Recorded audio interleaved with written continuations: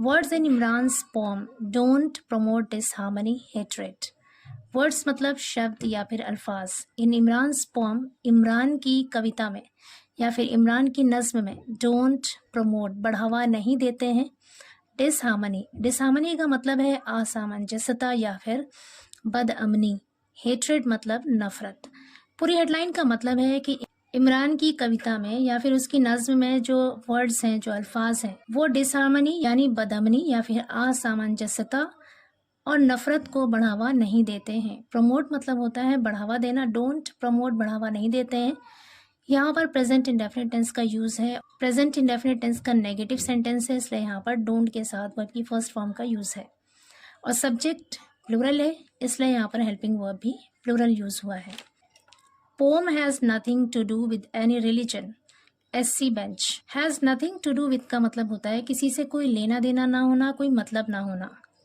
Pome has nothing to do with यानी कविता का कोई लेना देना नहीं है एनी रिलीजन किसी भी मजहब से। SC बेंच, SC के एक बेंच ने कहा, कह रहे सुप्रीम कोर्ट के बेंच ने कहा कि इस कविता का, इस नज्म का किसी मजहब से कोई लेना देना नहीं है। पूरी स्टोरी है। The Supreme Court on Friday said words in Congress MP Imran Pratapgarhi's poem did not promote disharmony or hatred or ill will, but encouraged people to desist from resorting to violence and face injustice with love. Supreme Court ने on Friday यानी शुक्रवार को, जुमे को said कहा words in Congress MP Imran Pratapgarhi's poem कि कांग्रेस के MP यानी member of parliament Imran Pratapgarhi की पोम यानी उसकी कविता में जो शब्द हैं डिड नॉट प्रमोट बढ़ावा नहीं दिया डिसहार्मनी यानी बदअमनी को, अशांति को या फिर असामंजस्यता को, और हेट्रेड या फिर नफरत को, और इल विल यानी दुर्भावना यानी बैर, दुश्मनी को, बट एनकरेज्ड बल्कि प्रोत्साहित किया, बढ़ाया या हौसला दिया पीपल लोगों को, टू डेजिस्ट। डेजिस्ट का मतलब है रोकना। From resorting to, resort to का मतलब होता है सहारा लेना। फ्रॉम रिजॉर्टिंग टू सहारा लेने से, रोकने का। किसका सहारा लेने से? वायलेंस मतलब हिंसा या फिर तशद्दुद। कह रहे हिंसा का सहारा लेने से रोकने के लिए लोगों को एनकरेज किया यानी हौसला दिया। एंड फेस इनजस्टिस और अन्याय, इनजस्टिस मतलब अन्याय या फिर नाइंसाफी का सामना करने का हौसला दिया विद लव, प्रेम से, मोहब्बत से।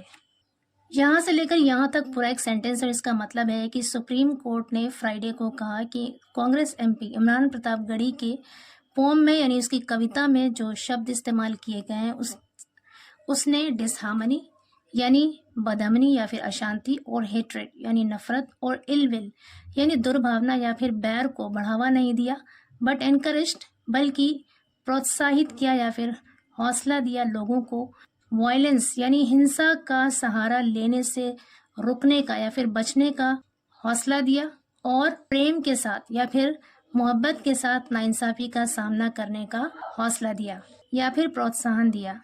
आगे कह रहे हैं Pratapgarhi was booked in Gujarat Jamnagar for allegedly posting an edited video of a provocative song. Pratapgarhi was booked, was के साथ बुक्ड यहाँ पे वर्ब की थर्ड फॉर्म है, पैसिव वॉइस सेंटेंस है और टेंस है past indefinite. Pratapgarhi was booked यानी प्रतापगढ़ी पर मामला दर्ज कर लिया गया इन गुजरात जामनगर, गुजरात के जामनगर में, फॉर अलेजेडली पोस्टिंग, अलेजेडली मतलब कथित तौर पर, जैसा कि बताया जा रहा है, पोस्टिंग पोस्ट करने के आरोप में, एन एडिटेड वीडियो एक एडिट की गई वीडियो को पोस्ट करने के आरोप में, of a provocative song. Provocative song का मतलब है भड़काऊ गाना। कह रहे हैं कि एक भड़काऊ सॉन्ग की एडिट की गई वीडियो को पोस्ट करने के आरोप में प्रतापगढ़ी पर गुजरात के जामनगर में मामला दर्ज कर लिया गया। The video has the recitation of a poem, video has यानी उस वीडियो में, the recitation of a poem यानी उस वीडियो में कविता को गाया गया है। एंड इट वॉज अलेजेड और ऐसा इल्जाम लगाया गया, the spoken words of the pome pitted one community against the other. The spoken words of the pome यानी उस कविता के बोले गए वर्ड्स, बोले गए अल्फाज ने पिटेड खड़ा कर दिया। पिट अगेंस्ट का मतलब होता है किसी के खिलाफ खड़ा कर देना। पिटेड यहाँ पे वर्ब की सेकेंड फॉर्म है। पिटेड वन कम्युनिटी यानी एक समुदाय को, एक फिरके को खड़ा कर दिया, अगेंस्ट द अदर दूसरे के खिलाफ, असाइड फ्रॉम असाइड फ्रॉम का मतलब है के अलावा। Aside from hurting religious sentiments, religious का मतलब है धार्मिक या फिर मजहबी, सेंटिमेंट्स का मतलब है भावनाएं या फिर जज्बात। हर्टिंग रिलीजियस सेंटिमेंट्स यानी धार्मिक भावनाओं को ठेस पहुंचाने के अलावा, मजहबी जज्बात को ठेस पहुंचाने या फिर मजरूह करने के अलावा एक कम्युनिटी को दूसरे के खिलाफ खड़ा कर दिया। किसने? इमरान प्रतापगढ़ी के पोम के वर्ड्स ने ऐसा इल्जाम लगाया गया। आगे कह रहे हैं, a bench of Justice Abhay S Oka and Ujjal Bhuyan said on a plain reading of the poem, it had nothing to do with any religion, caste, community और any particular group. A bench of Justice Abhay S Oka और उज्जवल भुयान के एक bench ने said कहा on a plain reading of the poem कि उस कविता को सादे तौर पर पढ़ने पर, it had nothing to do with any religion, इसका किसी धर्म से कोई लेना देना नहीं है, कास्ट किसी जात से, कम्युनिटी किसी समुदाय से और एनी पर्टिकुलर ग्रुप या फिर किसी भी खास ग्रुप से, समूह से इस पोम का, उसकी कविता का कोई लेना देना नहीं है।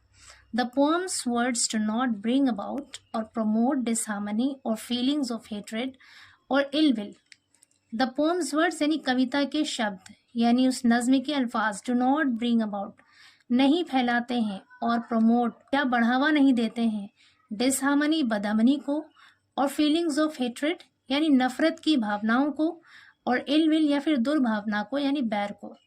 कह रहे हैं कि उस कविता के शब्द अशांति या फिर नफरत की भावनाओं या फिर दुर्भावना को बढ़ावा नहीं देते हैं और नहीं फैलाते हैं। It only seeks to challenge the injustice made by the ruler. It only seeks का मतलब है यहाँ पर चाहना। It only seeks ये सिर्फ चाहता है to challenge चुनौती देना, the injustice मतलब अन्याय को, नाइंसाफी को, made by the ruler. Ruler का मतलब है शासक यानी हुकूमत करने वाला। हुकूमत करने वाले के जरिए या फिर शासक के द्वारा जो नाइंसाफी की गई, जो अन्याय हुआ, उसको सिर्फ चुनौती देना चाहता है। आगे करें, it is impossible to say that the words used by the appellant disturb और are likely to disturb public tranquillity.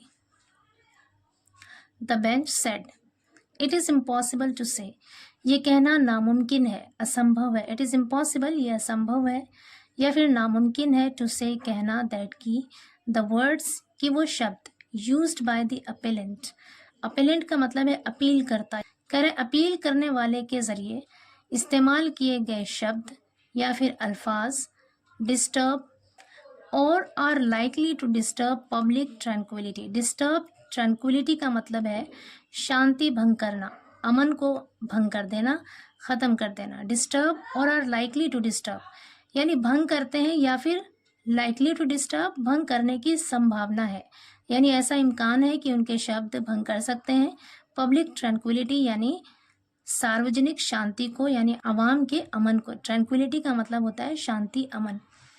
पूरे सेंटेंस का मतलब है कि ये कहना नामुमकिन है कि जो अपील करता है, अपील करने वाले के द्वारा जो शब्द इस्तेमाल किए गए हैं वो पब्लिक शांति को भंग कर सकते हैं या फिर भंग करने की संभावना रखते हैं, ये कहना मुश्किल है। द बेंच सेड, पीठ ने कहा। आगे कह रहे हैं, the court went on, court ने आगे कहा, by no stretch of imagination. By no stretch of imagination का मतलब है कल्पना से परे, यानी बगैर किसी तखय्युल के। आम भाषा में बोले तो इसका मतलब है किसी भी तरह से नहीं। डज इट प्रमोट, ये बढ़ावा देता है एनमिटी, दुश्मनी को, बिटवीन डिफरेंट ग्रुप्स, अलग अलग ग्रुप्स के बीच। पूरे सेंटेंस का मतलब है कि कोर्ट ने आगे जारी रखते हुए कहा कि ये किसी भी तरह से अलग अलग ग्रुप्स के बीच में दुश्मनी को बढ़ावा नहीं देता है। एनमिटी का मतलब है दुश्मनी। आगे कह रहे हैं, we fail to understand how the statements therein are detrimental to national unity and how the statements will affect national unity. We fail to understand, हम समझने में नाकाम है, यानी हम समझने में असफल हैं। हाउ की किस तरह से, द स्टेटमेंट्स की वो बयान, देयर इन वहाँ पर, आर डेट्रीमेंटल यानी हानिकारक है, नुकसानदेह है। डेट्रीमेंटल का मतलब होता है हानिकारक। टू नेशनल यूनिटी यानी राष्ट्रीय एकता को, कौमी इत्तिहाद को।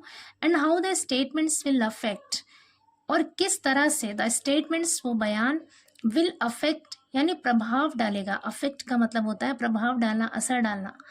विल अफेक्ट प्रभाव डालेगा, असर डालेगा नेशनल यूनिटी यानी राष्ट्रीय एकता पर। आगे कह रहे हैं on its plain reading the poem does not purport to affect anyone's religious feelings. On its plain reading यानी सादे तौर पे पढ़ने पर the poem does not purport, purport का मतलब है दावा करना। वो कविता दावा नहीं करता है टू अफेक्ट प्रभाव डालने का, प्रभावित करने का, एनीवन्स रिलीजियस फीलिंग्स किसी की भी धार्मिक भावनाओं को प्रभावित करने का दावा नहीं करता है। कहने का मतलब है कि सादे तौर पर इसे पढ़ने से पता चलता है कि वो कविता किसी की धार्मिक भावनाओं को अफेक्ट करने का यानी प्रभावित करने का या उस पर असर डालने का दावा नहीं करता है।